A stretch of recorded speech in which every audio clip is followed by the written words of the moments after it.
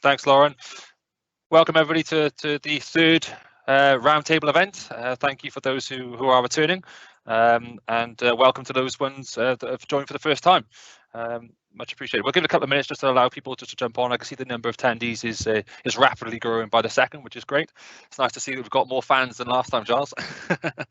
So, coming for you, Joel. Or actually, they're not coming. Probably our special guest. Yeah, they're probably our special guest actually. Yeah.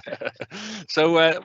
Welcome everybody. Thanks very much for joining this this roundtable session. This is the third one we've done now, and thanks to Giles for continuing to support this, and thanks to Richard, our special guest, for attending this one and being our SME on this topic, which is much appreciated. Just in terms of housekeeping, then, so this will be recorded. It is available on YouTube, and it is now available on Spotify. Well, hey, thank you to Lauren and the team at iCoTech for getting that working. It was quite surreal listening to yourself on a Spotify feed driving down to Padstow on Friday. It was a bit weird, but nonetheless, hopefully we can share this value, share this content on as many platforms as possible. Any questions, please do, or any feedback, which we do like to ask for, please do email it to info@icotechservices.co.uk. There is a Q&A chat window as well, so if you've got a question at any point in this session, at this roundtable, please do prompt the question, submit the question, and then we see it as it comes through. And we really do promote questions. We like to have a bit of a dialogue, just to kind of fuel the topic, really. Yeah, we'd appreciate that. So that's the Q&A. So the topic: public versus private sector project delivery. There is a difference in the way that I think that projects are delivered, and we've asked Richard to come and give his view and promote the conversation. Really have the conversation on that topic itself. So without further ado, I'll hand over to Giles just to give us a 30-second intro of himself, and then we'll go from there. Go on, Giles. Brilliant. Thanks very much, Joel. So my background is I did 5.5 years in the military, so I was an officer in the engineers, so sort of akin to some of Richard's stuff. Then I worked for a big engineering consultancy, then moved to TfL, and now found myself in the Cabinet Office. So I've got a mixture of both, so a good opportunity to talk about some of the differences, and also learn from Richard and his experiences, and try and promote some of that good practice across all the sectors. So yeah, looking forward to it. Cool. Thanks, Giles. Much appreciated. So Richard, do you want to introduce yourself and go into your view? Yeah, of course. Yeah, and great to be invited along today, guys. And good to start on a topic I like talking about, which is me. So just a bit of background, really, and a bit of additional context for you all. So I might take a bit longer than 60 seconds. So where did I start? So I'm interested that we're talking about sort of private versus public sector today. I think I've covered all the bases within the sort of defence sector. So I started off, so I went to uni and I went to Sandhurst, and I was an army officer for 20 years. So 10 years of that sort of traditional sort of what you would consider operational sort of service. And probably 10 years of that was in the sort of technology space. And I exited about 8 years ago. So my last 5 years, I was working in an organisation called Defence Equipment Support in Abbey Wood in Bristol. So clues in the title: we equip and support sort of frontline command, soldiers, seamen and airmen. So I ran a program office there, sort of delivering sort of multi-billion-pound programs. Well, clearly I wasn't delivering them, but certainly overseeing them. So did that for sort of set that program office up, did it for 5 years. And then I sort of jumped out and went to private sector, went to defence industry. Went to a big engineering company called Babcock. You may or may not be aware of it. So I went there originally to start up a PMO for their support services division, which was everything which wasn't defence facing, really, Babcock. Did that for a year. Then I moved across to become the IT director for support services division, where I recruited Joel to be my sort of head of PMO, which was obviously a massive win for me. So I did that for 2 years, and then I was the IT ops director for the defence business, which was everything which was defence facing, or sorry, the land business. So 5 years there. So I did military, private sector, and then I was enticed back to DNS, where I am now. So I've been here for 3 years now. So I'm the head of service delivery and supply management for defence equipment support. What does that mean? So Clues in the title, I look after service delivery, IT service delivery, and I look after supplier management as well. Got about 200 people in my team. And I look after traditional sort of service management type capability for corporate IT. Also deliver projects. But again, corporate IT primarily, although I've done some stuff with platform. And I also have a service desk team as well. Finally, there's a big part of my role, which is knowledge and information management. So I've got about 100 KIM professionals as well. So that's my role now. I've been doing that for 3 years, seen lots of change. D&S looks hugely different, and defence and MOD from when I left kind of 8 years ago. So what I'm really keen today is I'm interested in answering your questions, so please, feel free to sort of, hit me with anything you like. I mean, I would treat this today as a bit of a conversation, really, as opposed to sort of flat out sort of presentation. And please take these views as being my own and not that the organisation, I guess. Cheers, Joe. Cool. Thanks, Richard. So yeah, I think the topic today is about public versus private sector, the difference in delivering projects in both those sectors. I think the team today, or the attendees of this call, have got a good breadth and have a good experience in both those sectors, and especially Richard. Hence why we've asked to kind of to give your view, Richard. So I think we've got a few topics of 3 maybe topics that Richard's going to take us through and give us his view, and then we're going to kind of just challenge those or just debate them and discuss them in more detail. Richard, do you want to hit us with your first one, mate? Yeah, sure. So I'm a big believer sort of when it comes to presentations, this kind of power of 3. So I'm going to talk about 3 things today. Okay, but I'm going to kind of cheat. So I've got 3 topics, and there'll be lots of subtopics. So it won't be 3, it'll probably be 33 by the end of it. But there are kind of 3 themes I really want to talk about. And in traditional sort of technology fashion, I'm going to talk about people, process, and technology. Yeah. So and when I talk about defence, I'm citing D&S and MOD now. My role is less program project delivery now. It's more about service support, but equally I am responsible for delivering projects. And in terms of the difference, I think, between sort of program and project, before I move swiftly on to sort of people, I sort of sat down with my leadership team this morning. And sort of at the end of our usual session, I asked them, I'm doing this presentation today.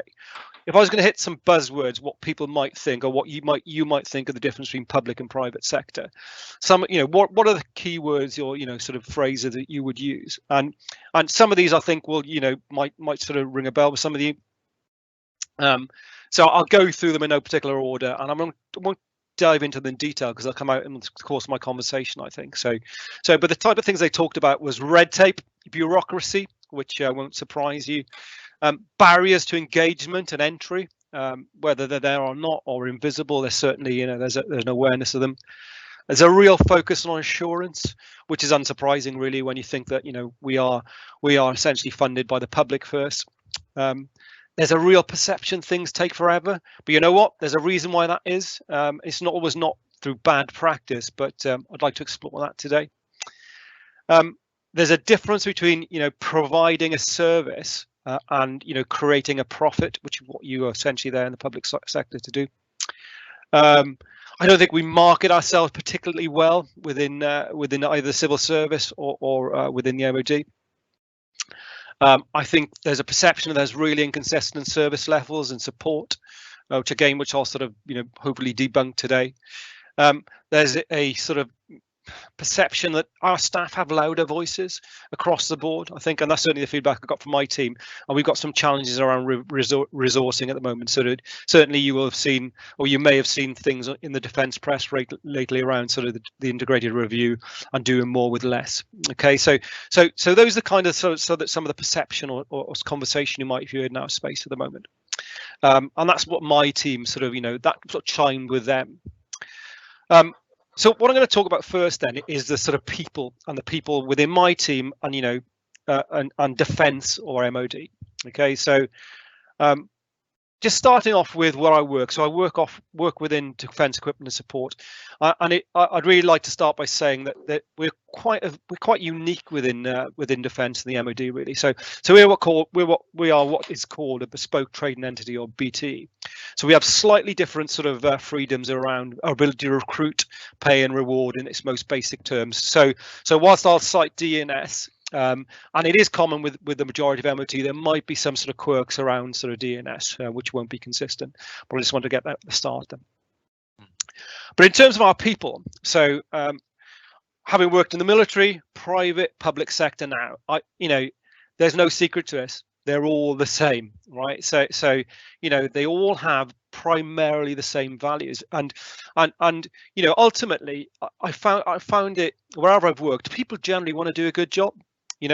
They've got a can-do attitude, and I think that's kind of hidden beneath the bureaucracy and red tape you might encounter if you're trying to engage with the public sector from a private sector point of view. Okay, so and I'm pretty well qualified, I think, to sort of make that view because I have that view. Because having worked in all those three areas. Okay. I think though, but within defence, I think the big differentiator for me is I think the people generally are less risk averse. Okay, or more risk averse, sorry. So it's just their ability to balance risk. If you imagine, let's look at the game we're in defence, yeah. So let's look at the end game in its most sort of, in its most pointy part, and that's, in a warfighting scenario. DNS and the MOD are there to DNS are there to equip and support our armed forces. So it's unsurprising, really, when you think of the end game that, we can be risk averse. Okay, so just bear that in mind if you're in private sector and you're dealing with sort of public sector in that space. In terms of the demographic or the people who work within DNS and I guess MOD, I think we've got a challenge around our workforce in terms of we've got an aging population, I think. So what we've got is some incredibly gifted, bright people, the sort of grey beards in our organisation, people who have got vast amounts of experience in sort of delivering programs and projects within the defence space. But what I think we've got, though, is a bit of a challenge in terms of the middle ground. So we recruit, we do a great job of that. We've got a little bit of an issue or challenge around retention, and we've got this kind of aging workforce. Okay, so we've kind of got a gap in the middle, and I think we see that across defence and public sector, and it's certainly something which we're working hard to address in DNS. All right, so just be aware of the demographic you may be dealing with. I think it's hierarchical in its nature. It kind of mirrors the military in a respect. So I've worked in organisation in private sector which have been quite flat, not been very deep. You look within the MOD, it's multi-layered, okay, and sometimes it's difficult to work out who's who in the zoo. Okay, so just be aware that trying to get to that really empowered decision maker, you might think you're talking to them, but it might not always be as clear cut as you sort of as you might think. So just be aware of those layers. I think we are certainly doing a lot within DNS to try and address that, to make the spans wider, to make the layers less deep. But it's something that the people probably need to be aware of. What else to say about people? So recruitment. So I'll talk about IT really and program and project professionals. Within the IT space, it is kind of challenging. So we recruit. So DNS is primarily based in the southwest, in Bristol. However, we've got outstations all over the country. Okay, but our sort of where the bulk of the people are is in Bristol, and it's quite competitive. I work there private sector with Babcock, and trying to recruit people is difficult. I think we struggle sometimes. Certainly data science, developers, these sort of high. These are expensive resources, and our ability to be competitive and recruit those type of people, is compromised to an extent. As I said at the start, DNS is slightly different. We do have some freedoms which we don't have in wider MOD. However, it's still a challenge. So that's something we're working through at the moment because we want to be seen to be, the cutting edge in terms of, the corporate space. But we find it, challenging at times. And I think that sort of retention has historically been an issue as well, and it's kind of linked to my last comment there. So we take a lot of graduates on board, some really high quality people. We're recruiting from the best universities, it's Russell Group, or equally people with really great experience. What we're finding though is they're coming in, they are delivering really big programs for us, big capital investment programs in the multi-million pound space. They're getting some great experience. but then they kind of, because they join as a career civil servant, their ability to progress through the pay bands is kind of challenging. So we lose a lot of people as well. That's something we're trying to address, but it's just that consistency of workforce. You might find, you will see some churn within our space. Yeah, I think it's really interesting, mate. I think they're really great points. I thank you for that. Initially, my gut feeling is I sympathise and see every one of those points in good and bad across the public and private sector. You said pay bands there at the end of that, a kind of summary, and I do think that the private sector doesn't have the shackles of the DDAT pay bands and the frameworks that go on there, and I think that promotes, though, in my view, a hierarchy.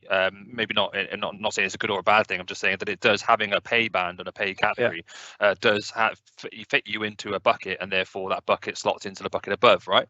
And you just go into that hierarchical approach, and to me, I think in the private sector, we've just got the freedom. I'm almost, and it's interesting, I'm almost putting job adverts out now where I'm not putting a salary bracket, because I'm saying, how good are you?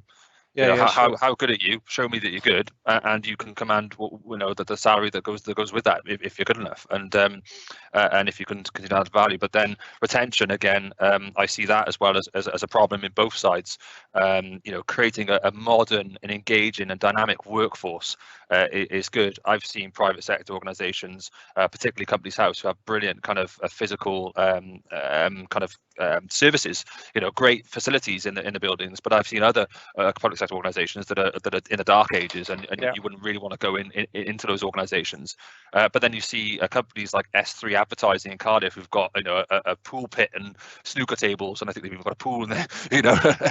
And that's how they've kind of caught on 5 years ago to the fact that in order to retain great people, you need to give them a great balance and a great working environment. So that's just some of my thoughts on any of that. But I think what's interesting is, so we are bounded by pay bands, it's just the nature of the public sector.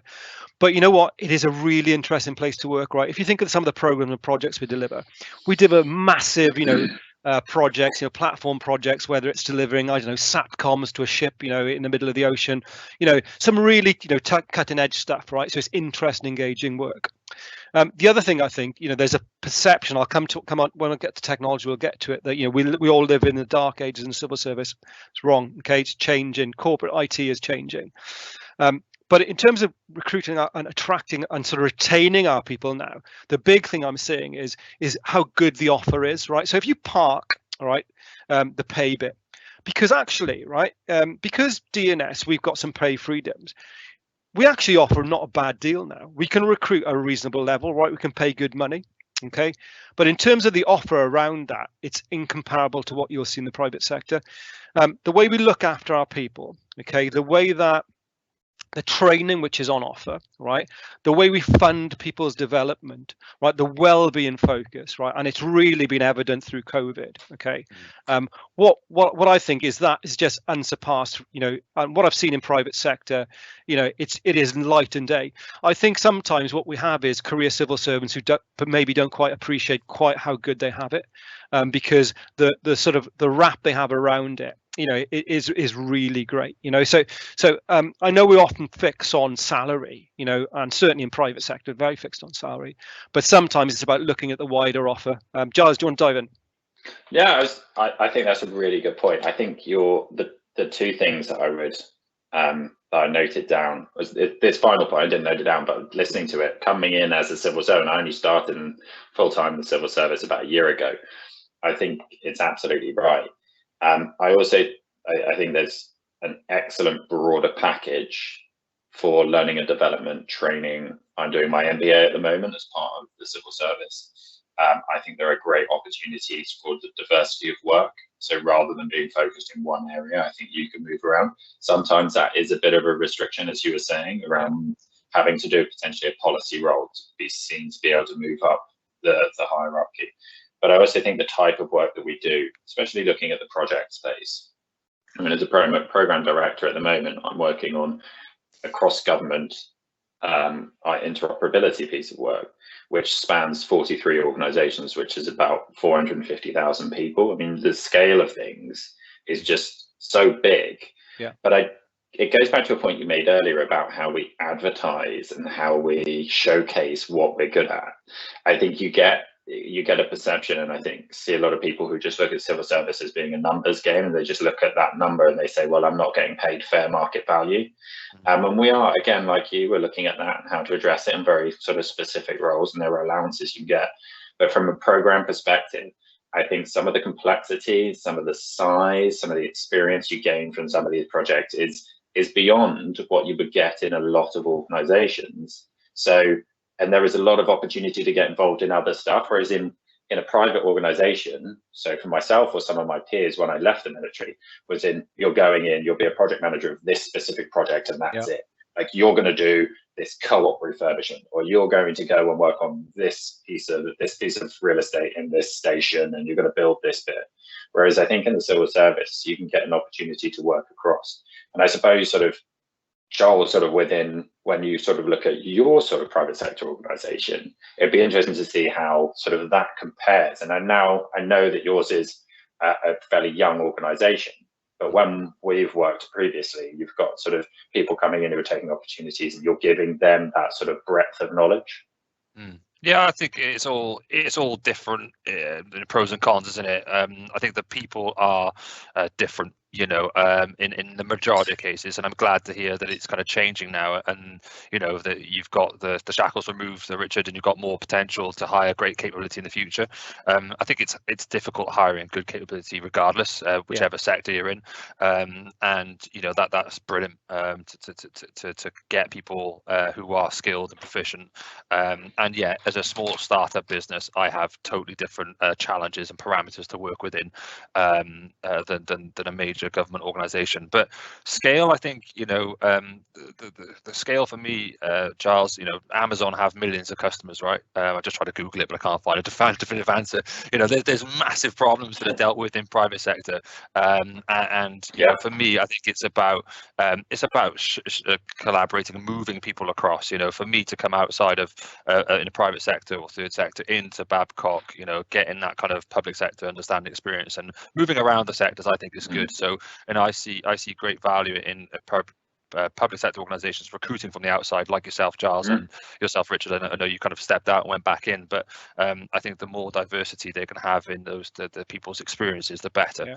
And not having lifelong civil servants in all tiers, would be good. But I understand why things like pay brackets exist in major organizations. They have to, especially when it's a government purse as well.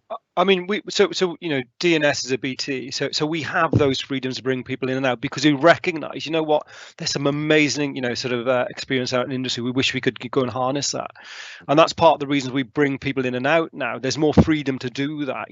We can really benefit from that external experience, but equally, because we don't do a great job of promoting ourselves or selling our own skills, people really should take a look at some of the people we have. I've got a, so here's an example. I've got a 25-year-old, relatively new project manager, delivering, he's solely responsible for a £20 million program at the moment. Project, sorry. And where else is he going to get that experience? There are, don't get me wrong, there's other big companies out there, but, we are empowering our people, we are giving them a chance, and if I was sat out in industry thinking, I was civil service, that's a bit old school, actually, sometimes it's worth taking a closer look, we're doing some good stuff. And I fully concur with that. And I think one of the things you said about technology, which we'll come on to in your third point, Richard, is absolutely, fundamental. I think on this point, before we move on to the process, which I think that, absolutely, I think public sector, got to get it right, public sector should shout more about what they're doing.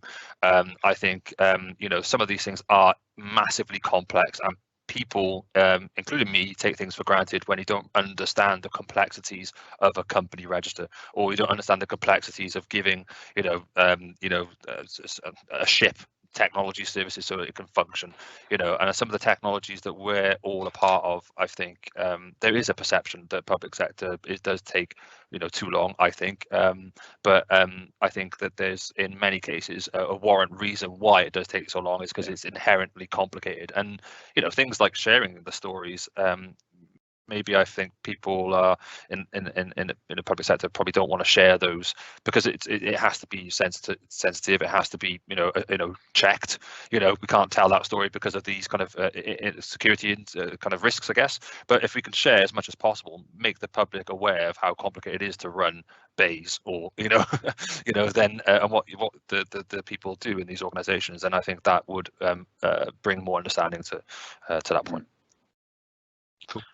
Cool. So should we move on to point 2? Process? Yeah, go for it. Okay, cool. So again, I've got a list of things here. So do you know what? We love process in the civil service. We just love it. Honestly, now I've got a list of the process maps I deal with on a daily basis. It's like the navigating around the tube. Is simple stuff compared to what I deal with, right? So right. I make no bones about it. There is a bunch of bureaucracy and red tape when you're dealing with public sector. Okay, and for me, it goes back to the fundamental thing there, right? So it's coming from a good place, right? Because we are spending the public's money. Yeah. So therefore, there has to be a degree of scrutiny, okay, on every penny which is spent, which you just don't, deal with in private sector. So when I was in the project delivery space or program delivery space with Joel in Babcock, work would come in, require a program, we stand it up, we'd recruit, we'd hire, we'd run campaigns, to get the right people in the right place, and all done really, really quickly.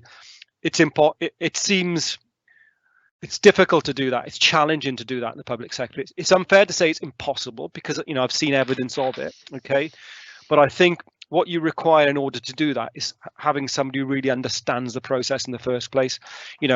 Where you can how you can navigate it quickly, where areas where you can take risk. And I say where you work in a culture which is pretty risk averse anyway, that's quite a challenge in itself. All right, but just be aware that as soon as you start engaging with public sector, okay, there is a degree of process and bureaucracy which you just have to navigate. All right. And I think what you need is a friendly face to help you navigate that. All right, or it can become too difficult sometimes. Certainly if you're a smaller SME or somebody engaging with defence for the first time, or MOD. All right, so make no bones about it. I know, Joel, you will have had some experience of this. Yeah, absolutely. I think in terms of process, we work with organisations obviously in public and private sectors, and there's a number of times I've had conversations with individuals that have come out of private, gone into public, and they're just kind of confused. They just can't understand it. They can't compute why. And I have to admit, I was one of those individuals. I think I had moments of going home with a bottle of red in the whole bowl, trying to digest this process. And I think why should it make a difference? That's my it's realistically we're spending either stakeholders, like our stakeholders' money on our projects, or we're spending the public's money. So in either way, you're beholden to a bunch of people. Yeah. Is it we build, so in the public sector, do we build process because of the point Richard made earlier about being risk averse, of public perception of how public money is spent?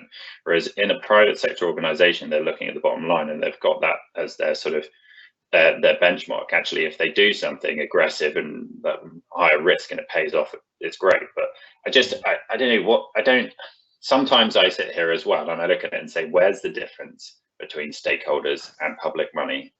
I think you make a really good point, Giles. My view on this, and I think it's changing slightly, right? So where we had traditionally, I think we've had a workforce of career civil servants, right? So this is, it's classic, this is how we do business around here. This is how we did it. This is how my boss did it, and he did it before that. The reality is now, though, because we're getting people sort of joining, mid-career from private sector who are more comfortable potentially dealing with risk. Okay, I think they are looking for now. Okay, there's still a process you have to operate within, but there are areas where you can take risk. Yeah, and I think people are becoming more comfortable with that. So I think it is changing. I think fundamentally, though, private sector, there was more focus on that bottom line, right? So you know, and that was the be all and end all in some of the programs we were working on in Babcock. Babcock was an interesting case study in itself, because I was there for 5 years. The first 3 years, okay, we were making double-digit growth. All right, so you know, the money was there to be spent. Last 2 years, the company was less successful, as were a number of those outsourcing companies at the same time, right? So different perspective. So there's similar challenges, but I still think public sector is slightly different. I think maybe it's because of the workforce. Yeah, I think yes. Thanks, Richard. Just to kind of re-emphasise really everybody that who's on the call and listening in. If you've got a question or you've got a view you want to convey, please do feel free to use the Q&A window to prompt the question, or ask us a question, or give us your view. Much appreciated. I think. Go on, yeah, sorry, Joel. I've got a few. If I tease out the other ones, because otherwise we won't get through them. So talk about bureaucracy and red tape. So the other thing in terms of process, and you will sort of, if you're a customer or a supplier engaging with us, okay, you will probably find that, you know, you do need to bake some time in terms of the decisions you want made. All right, so comes back to process. Okay, so a business case being signed off internally. Okay, these are my own view. Okay, so you know, it seems crazy sometimes that we've got low value expenditure which really needs to be signed off by the financial, you know, function, the commercial function. Probably comes back to me because I've spelled it wrong in the first place, and it has to go through this cycle. All right, things do take longer. Okay, because of the degree of scrutiny. All right, so just be mindful of that in your dealing with public sector. It can become really frustrating, I guess, if you're SME, when you know. Quickly, but it's just the vagaries, I think, of working with defence and public sector. Make yourself aware, you know, of the frameworks which are there. You know, if you'd like to engage with the MOD or with defence, you know, so you've got the likes of G-Cloud, you've got digital frameworks. Okay, so just Google them. You know, there's loads of information out there you can find out about engagement, and you know, it's really informative stuff. I've talked about sort of timeliness around financial commercial scrutiny. And I think, you know, freedom sometimes for us to move outside a process are limited. But if you find the right people, you know, within defence or within the MOD, you know, they'll be able to guide you and signpost you through that sort of process. Because it is navigable, but it, you know, sometimes it is challenging. Sorry, I'm waffling a bit now, but you know, I think that you know, yeah, it's a process. Just be aware of it and get a friendly face to come give you a hand through, I think. Yeah, well, from my experience, Richard, I think your kind of summary there is absolutely spot on. You know, there was, I think, in one organisation I went to, there was 32 points of 32 decision points that needed to get a project from start to finish. It was just too much, you know. And I think that's got something to do with the hierarchy point you raised earlier, and the grades. You know, I need to review it, then my boss needs to review it, then she needs to review it, and then it goes to this person, and that person needs to review it. Well, it is changing now. I'm seeing more people having the agile workforce, the scrums, the meetings, that kind of thing. I think it is helping, but yeah, process definitely could be improved. You know, and it does. We're not bound by process in the private sector. We're just not bound by it. Although I still think it's public money, but it's just public money coming through the Amazon website. You know, in a way, it's a bit of a weird one for me, but it's still our money as consumers, just not as taxpayers. But that's a whole other topic. I think you touched a nice one there around sort of you talk about hierarchies there. So there was a real focus last year. So believe me, right? So we don't sit in our splendid ivory tower within, you know, civil service or MOD and think, you know what, where's the process? This is ridiculous. Why people, you know, they're lying about the process. We recognize it. Yeah. So we have things like red tape challenge. Going back to the sort of hierarchy thing. So there was a real focus last year about empowerment. Yeah. So make people being able to make decisions at the right level in the organization. I think we will see the improvements. Okay. But they're just slow and filtering through, I think. But there is recognition. There is a challenge around that. And making, you know, going back to empowerment, it's about making our people feel valid as well. You know, they're doing a good job. They want to make decisions, you know, so make sure the decision can be made at the right level, and we are really focusing on that. Giles, do you have a view? Yeah, it goes back to risk, I suppose. Much like time in TfL and time in civil service now, I think it people don't want to make decisions. I remember at TfL, we'd make decisions by committee. You'd all sit around the table and make sure everyone agreed to it. You'd be like, yeah, has anyone got any problems with this? Yeah, we're all agreed. This will go forwards. Okay, cool. Because then when something goes wrong, you're not assigning blame to one person. And what I found interesting, and I found it in most organizations or everyone that I've worked in, is this zero blame culture and this idea that no one's to blame, or there's no problem, there's no fault. Actually, yeah, everyone, we're totally open and honest with each other. And so on a project I worked for, we had this like tracker of how many man hours had been incident free or accident free or whatever. And it's just a lie at the end of the day. And we were like up to something like 100 billion hours or whatever ridiculous number it was to say, yes, we had these many man hours free of an incident. But what it does is no one wants to be the person that breaks that million man hours accident free. So then you get underreported. So people don't report, they don't highlight when there's been an incident, they don't highlight when there's bad practice. So I think risk, and for me, that's about risk, is like people aren't willing to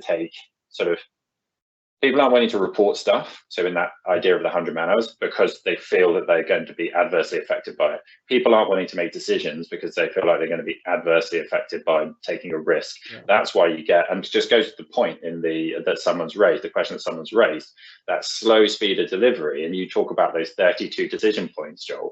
They're either not empowered or there isn't the culture to make those decisions and take that risk. Or there isn't a way of delivering a project. So if you've got a novel idea, well, here's £50,000 of seed capital for you to go out and have a go at it. That's where Gmail came from. So they get that opportunity, Googlers, or whatever they're called, people working at Google, to go out and take a risk, take a punt on something, and someone's able to do that. So I just think that being risk averse or not delegating the correct level of authority for the decision making, or not having that culture in place where it promotes that decision making is a real hard one. And public sector goes back to that public money. There's a risk of being the perception of you wasting public money. So it's a different one, and I think it is changing. And I think Richard, it was your point, or I can't remember which one of you was talking about people coming in who have had previous careers who are starting to sort of dilute that potentially historic thinking. I've seen that, and just picking up on 2 points there. So I think there's a reticence to fail, certainly on big capital investment projects. So and that ability to fail quickly as well. So people don't like that. It doesn't seem to fly very well. Okay, I think we have another challenge in terms of project delivery around our real want to gold plate everything. There's loads of stuff out there which you can see about delivering projects in public sector about good enough doesn't tend to be good enough. It's like we really need the gold plate solution all the time. That's changing, right? But I still see some evidence of it. And I think that in terms of our thinking, our methodology is changing, right? So when you deal with big capital investment projects, people like waterfall, they like gated sign off, all that sort of stuff. Yeah. But even within DNS where I work now, we are seeing agile, being developed, we're using agile to deliver our software projects now. All our dev capability is using agile. We are seeing more of that now, which in itself doesn't seem very remarkable. But it is when you're working in an organization which is bound by a financial planning round, which is based on annularity. You talk about a financier and we talk about an agile project, we're going to have a blacklist and we're going to deliver. I think, well, hang on, how does that work in this massive corporate governance framework? So it is coming, it's changing, but it is slow. It's slow, I think, to really to make that change. Oh, it's a massive change, and even finding it for myself, in small private sector, the word agile is brilliant, but actually applying it is really hard. Try not to swear. Really hard trying to trying to commercialize it as well. And trying to make sure everybody understands what their role is in that function. You can't just change it overnight. You need to be able to do that. But the ideation of throwing a small bit of effort, a small bit of money at something and failing and stopping. And I know this is human nature to not stop but I can't stress enough how many times I've seen it in public sector to not stop, and have projects going years and years and years and not stop. And I'm the same. I remember, I'm put myself in that camp, but actually I think it's starting to come where people are going to go, no, we've sunk 20,000-30,000 pounds worth of effort into this, but we're going to stop it because it's the wrong thing to do. Go back to the drawing board and start again in the right way. Although as I say that, I know the kind of industry connotations of that, but hey, I'm doing a time check now, so topic number 3, Richard, we're 5 minutes over, so do you want to Cool. jump on to technologies? Yeah, all right, so I'll give you a bit of what do I think about this? Okay, so I think there is a misconception out there that we're kind of behind the times in civil service, right? So or within the MOD. I'm going to cite MOD and defence, right? So I think it's wrong. Okay, fundamentally wrong, right? So let me give you an example, right? So some of the stuff we are doing on platform IT, and what I mean by platform IT is something which might be on a airframe, a ship, or or a tank, or some sort of land vehicle, right? Is bleeding edge technology. Right, so we have incredibly bright people in our organization, all right, some of the brightest I've ever worked with, right, working on some really technically advanced stuff, right? So don't believe the hype, right? There's some really bleeding edge technology being involved with it, being used within defense, all right, and within the MOD, all right. Where I think we haven't been great, I think, was within our corporate IT. Right. So when I left the military via this organization kind of 8 years ago, I think unless you were the most senior person in the business, you might have had a laptop. It certainly wasn't connected to anything. All right. And you might have had a BlackBerry. All right. But you didn't have an iPhone. And again, you were the only one. So I'm not sure you were BlackBerrying with. All right. So that's 8 years ago. Right. So it's like light and day today. So today, what do I manage? Right. I manage an estate of it's about 12,000 people in DNS. Right. So everybody has a laptop now, fully connected. All right. If there's a business need, you'll have an iPhone, okay, iPad, all right. We've got Windows 10 laptops, we've got O365, all right. So the perception of being behind the times in terms of technology within the Ministry of Defence, okay, is wrong, all right. So it's really moving forward, okay. But I understand where it comes from because I've worked here in the past as well. All right. So the message is for me, right. So corporate space is improving. So what do? I've got a hosting environment, right? So I host about 40 corporate applications. Further evidence of us improving, all right? So when I joined the organisation, we had 8 computer rooms in Abbey Wood in Bristol in the cellars, okay, which is built on a floodplain. Probably not the best thing, right? So business critical applications being run from them, right? So in 3 years, yeah, not wrong. So we've gone from that in 3 years to we've got a fully virtualized environment over 2 data centers, fully resilient, all this sort of stuff, right? So because we've seen this influx of people with different thinking and different ambitions, okay, we're seeing change there, right?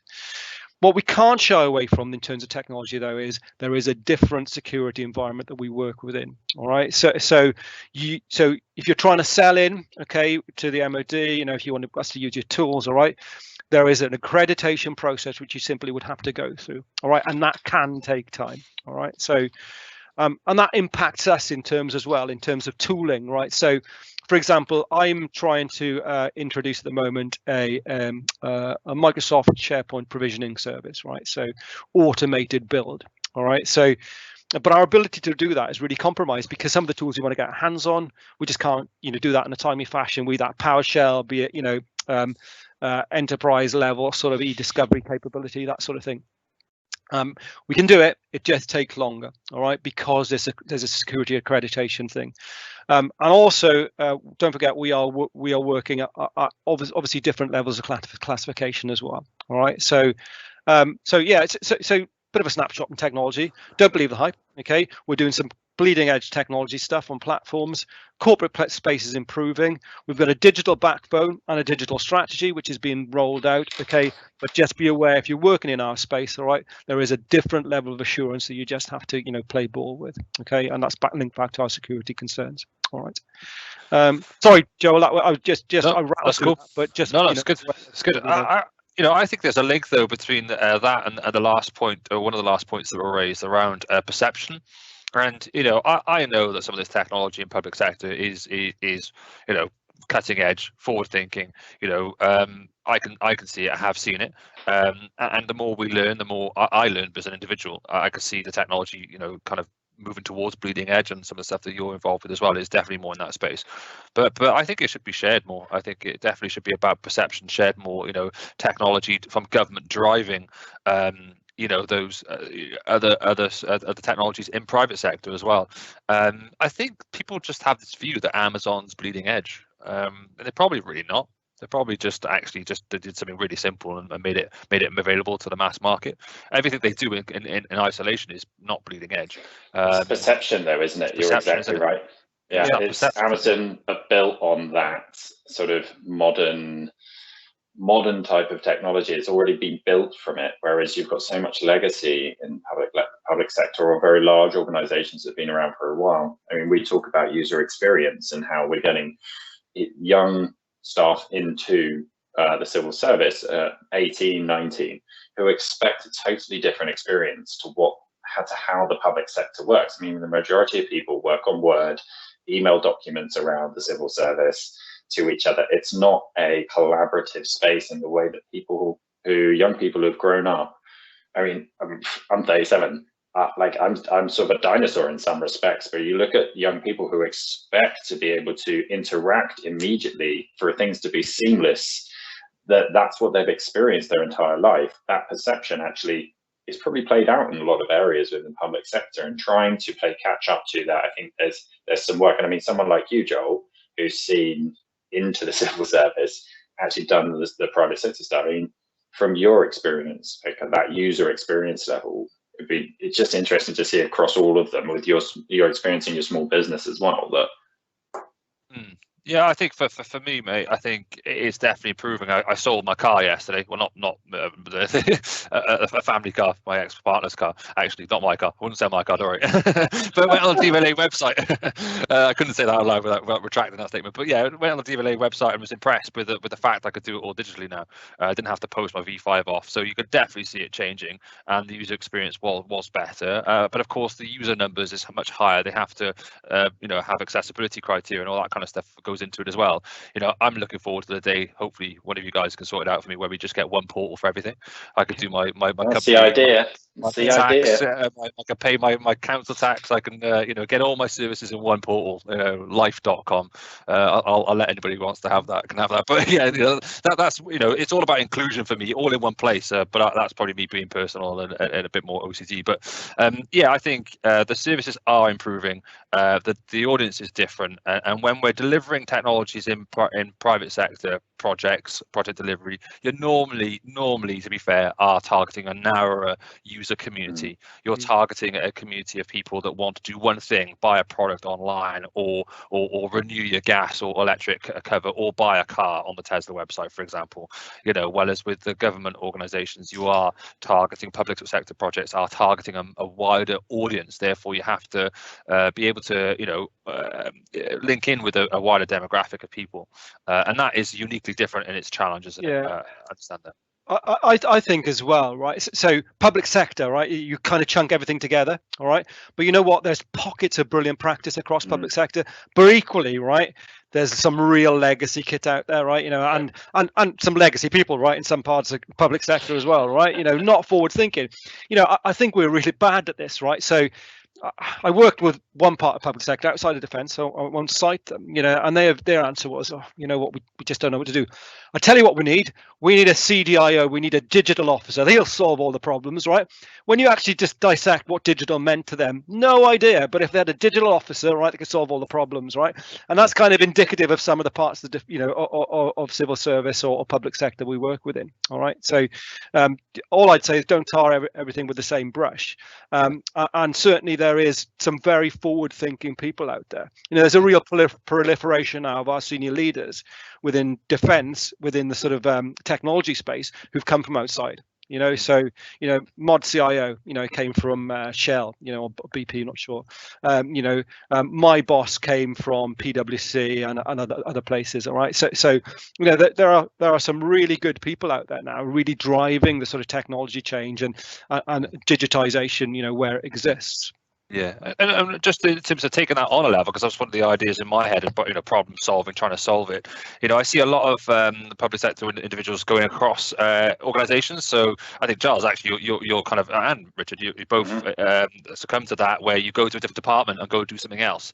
Is there not an idea? I don't know whether this happens. It probably does, but where those people are sent out to industry, not the senior leaders, the juniors. Send them to Microsoft. Give me a guy for give me a technology resource for 6 months. And then send them back into Bays. Have that kind of cross collaborative workforce that you send people, from all layers in the community and the hierarchy out to industry, and vice versa. And I think that might be, I don't know, I just thought that. So there is some of that. I mean, yeah, there is. Yeah, I was going to say. I think engineers, we do it. We do it when you professionally qualified engineer, so you go through your training and then you get sent out to business for a year with an industry organisation to gain experience, and we're talking about it in cabinet office as well. Gaining that experience within our suppliers it's a good place to go. Sorry, Richard. I mean, where I've seen it, I must admit, I've seen it more in the sort of senior leadership roles. What I don't see is enough of it, actually. The sort of middle management level. And I would be a big advocate of that. I think that my time in private sector, although it was only 5 years, has given me an entirely different view on how I would operate now. And I think people would benefit from that. I mean, even 6 months, especially technology. If you were looking for a specific niche skill that you wanted to go and develop in one of your team, perfect. 6 months at whichever organisation. There are plenty of organisations to choose from, but yeah, absolutely. No, I think it's really important. But on this point, technology, I think that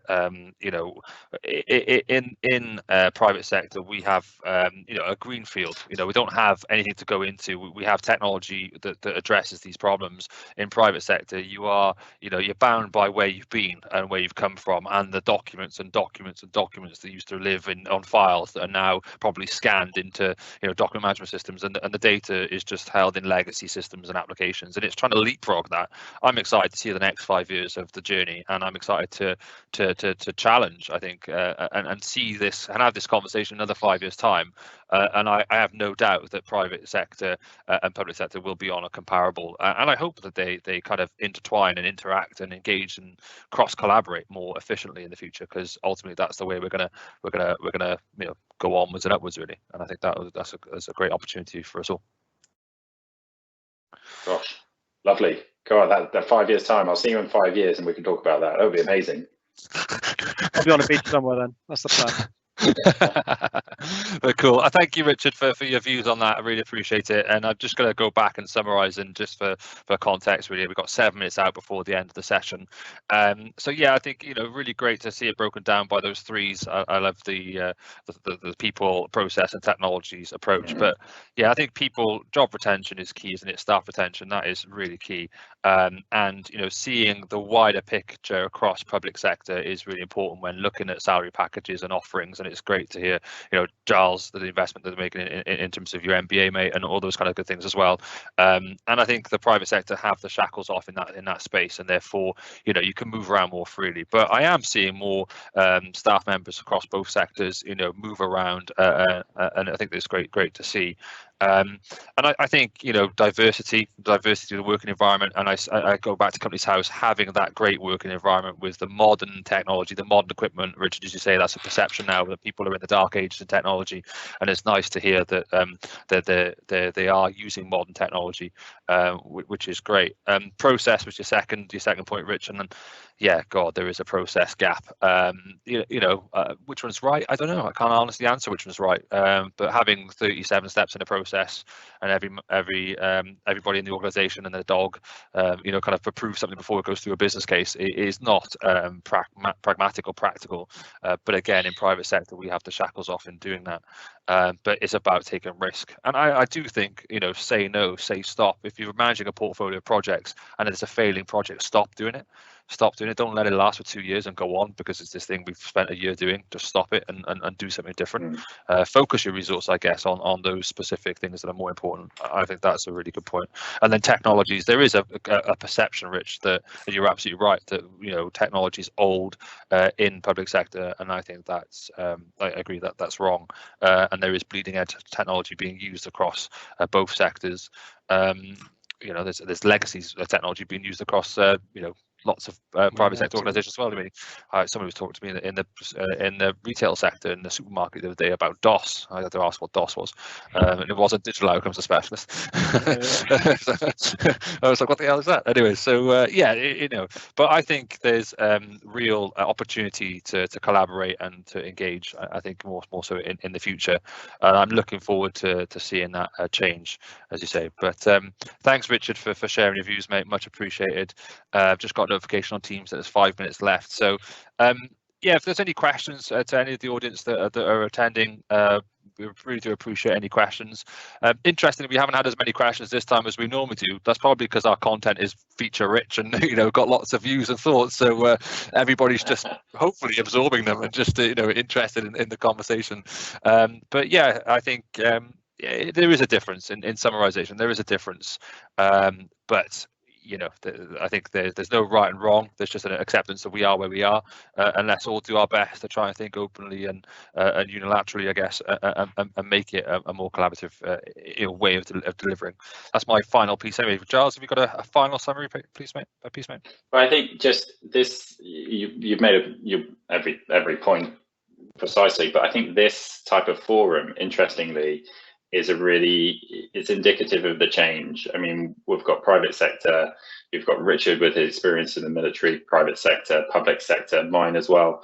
And you see this sort of fusing and trying to bring together these sort of communities of practice, trying to share and using podcast, realistically, the technology is not particularly revolutionary, but it's great that you provide access to these sorts of things. So I think this is a wonderful opportunity to raise issues, talk about it, share experiences, and hopefully it's provided that benefit to some of the people listening. So yeah, I think this is great, and this is the right way to progress.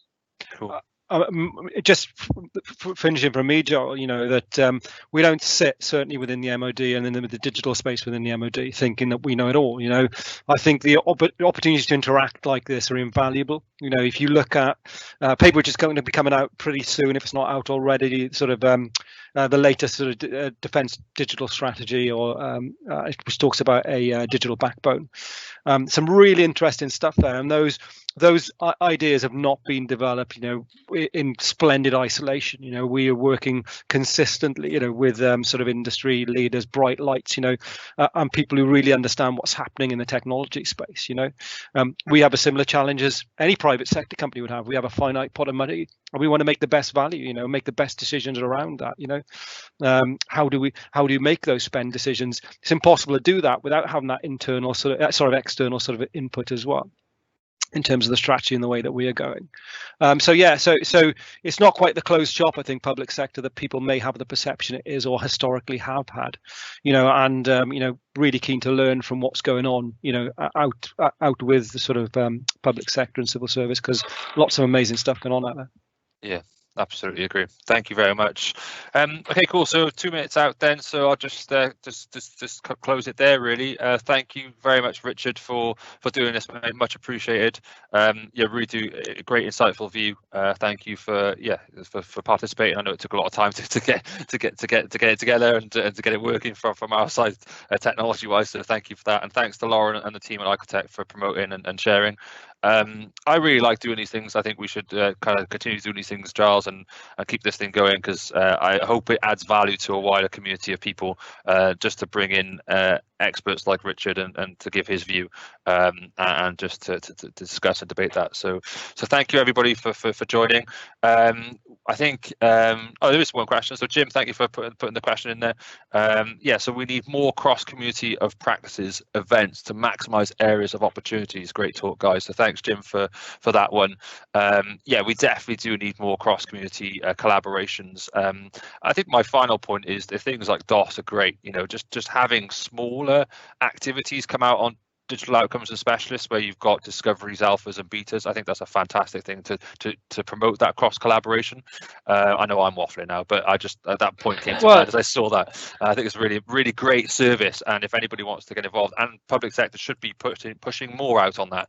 I see a lot of stuff that's over £50,000 and not a lot of stuff that's under, where you're just really doing a true exploratory exercise and a true community or a true collaboration project. So that's my final point.